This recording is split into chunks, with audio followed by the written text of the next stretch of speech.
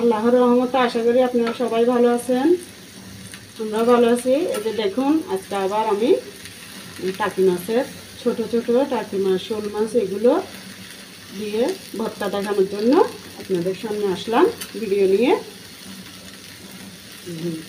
এখানে একটু কাঁচামরিচের মধ্যে পানি দিয়ে দিছি, কারণ আমার তাড়া আছে, সময় নেই, তাই পানি দিলে একটু তাড়াতাড়ি সিদ্ধ হয়ে যাবে ভিতরে, মরিচের ভিতরে।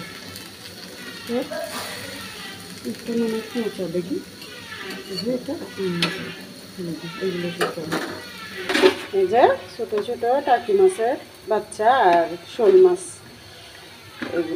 এগুলো দিয়ে ভাজার পর হলুদ মরিচ দিয়ে লবণ দিয়ে ভাজার পর আমি এগুলো দিয়ে আজকে ভর্তা করব।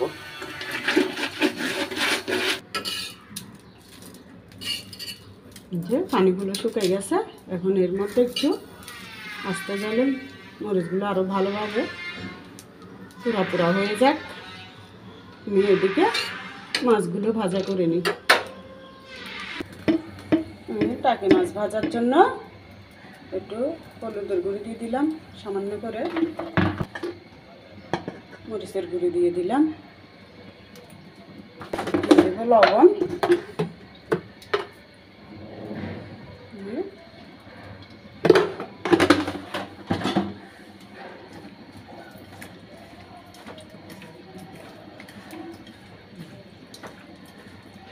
তেল দিই।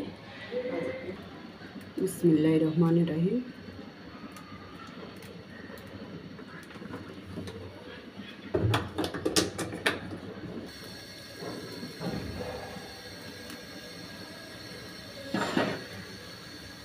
এই যে দেখুন, এইগুলো মাছগুলো প্রথমে মাথা ফেলে নাই, এখন মাথাটা ফেলে দিছি সবগুলো, কারণ মাথা যদি পাথর থাকে ওগুলো খাওয়ার সময় তেমন ভালো লাগবে না। এখানে দিয়ে দেবো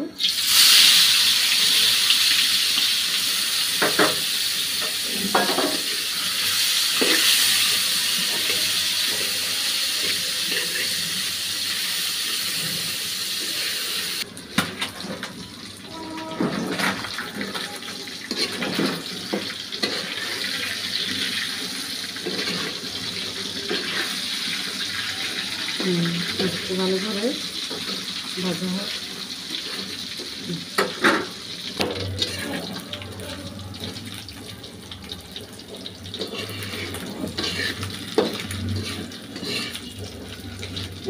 ভাজা হয়ে গেছে, এবার মাছগুলো তুলে ফেলবো, আর বেশি ভাজা করলে আবার বাড়তে কষ্ট হয়ে যাবে। এটার মধ্যে এখন দিয়ে দেবো পেঁয়াজ আর রসুনগুলো একটু তেলের মধ্যে ভাজা করে ফেলবো। আমি প্রায় সব ধরনের ভর্তার মধ্যে বেশিরভাগ পেঁয়াজের ভাজা করে দিই, কারণ কাঁচা পেঁয়াজ খুবই কমই খায়, কারণ কাঁচা পেঁয়াজ আমার থেকে তেমন ভালো লাগে না। একটু হালকা হলেও ভাজা করে ফেলি, তারপর ভর্তার মধ্যে দিই।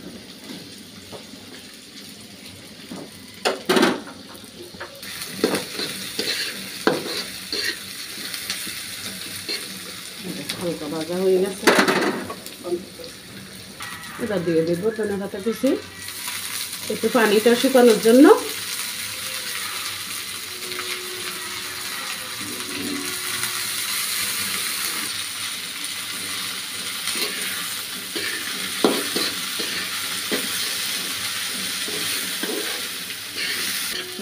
ধনিয়া পাতার পানিগুলো শুকাই গেছে, এগুলো বাটি নিব।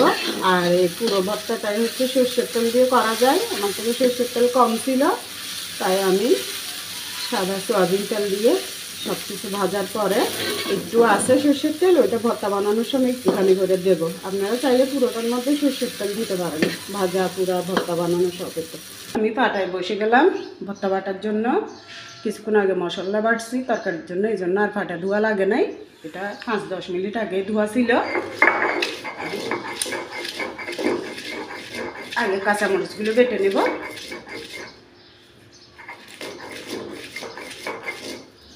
মরিচগুলো দুইবার করে একটু ভালো করে বাটি নিছি, এখন মাছগুলো বেটে নেব।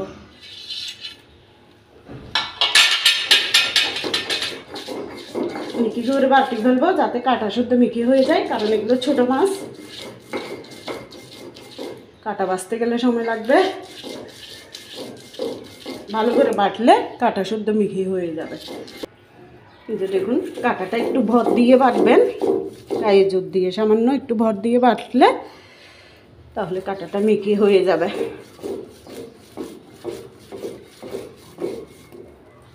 এই দেখুন, কাটা তেমন নেই। এবার দিয়ে দিব পেঁয়াজ ভাজা, রসুন ভাজা আর ধনিয়া পাতা। এবার এগুলো বেটে নেব।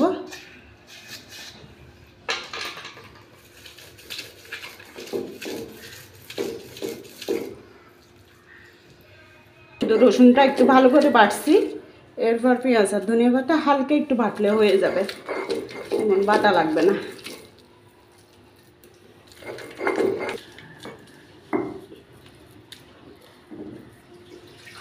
এগুলো বাটা হয়ে গেছে।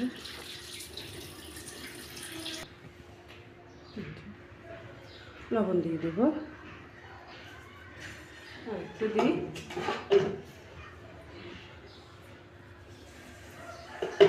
এরপর দিয়ে দিব সর্ষের তেল।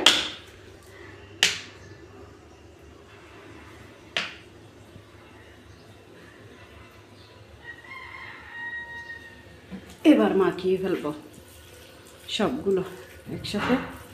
ভালো করে মাখানোর পরে লবণটা দেখব।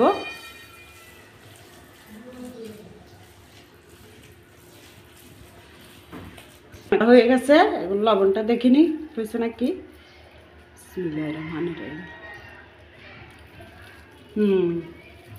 সব ঠিকঠাক হয়েছে। আবার বাটিতে নিয়ে নেব। যে আমাদের হয়ে গেছে টাকি মাছের ভর্তা। এভাবে সব তুলে নেব। আপনারা এভাবে করে দেখবেন, আমি যেভাবে করছি। সবাই সবার মতো করে, আমি আমার মতো করছি। যদি আপনাদের ভালো লাগে এভাবে করে দেখবেন, আশা করি ভালো লাগবে। শুধু আশা করি না, আমার মতো তো খুবই ভালো লাগবে, কারণ আমি যেভাবে দিছি ওইভাবে নিয়ম মতো সব কিছু ঠিকঠাক দিবেন, তাহলে খুব মজা হবে। আর আমরা একটু ঝাল বেশি খাই, তাই ঝাল দিছি। আপনারা যে যেভাবে খান ওইভাবে দিবেন। আসসালামু আলাইকুম।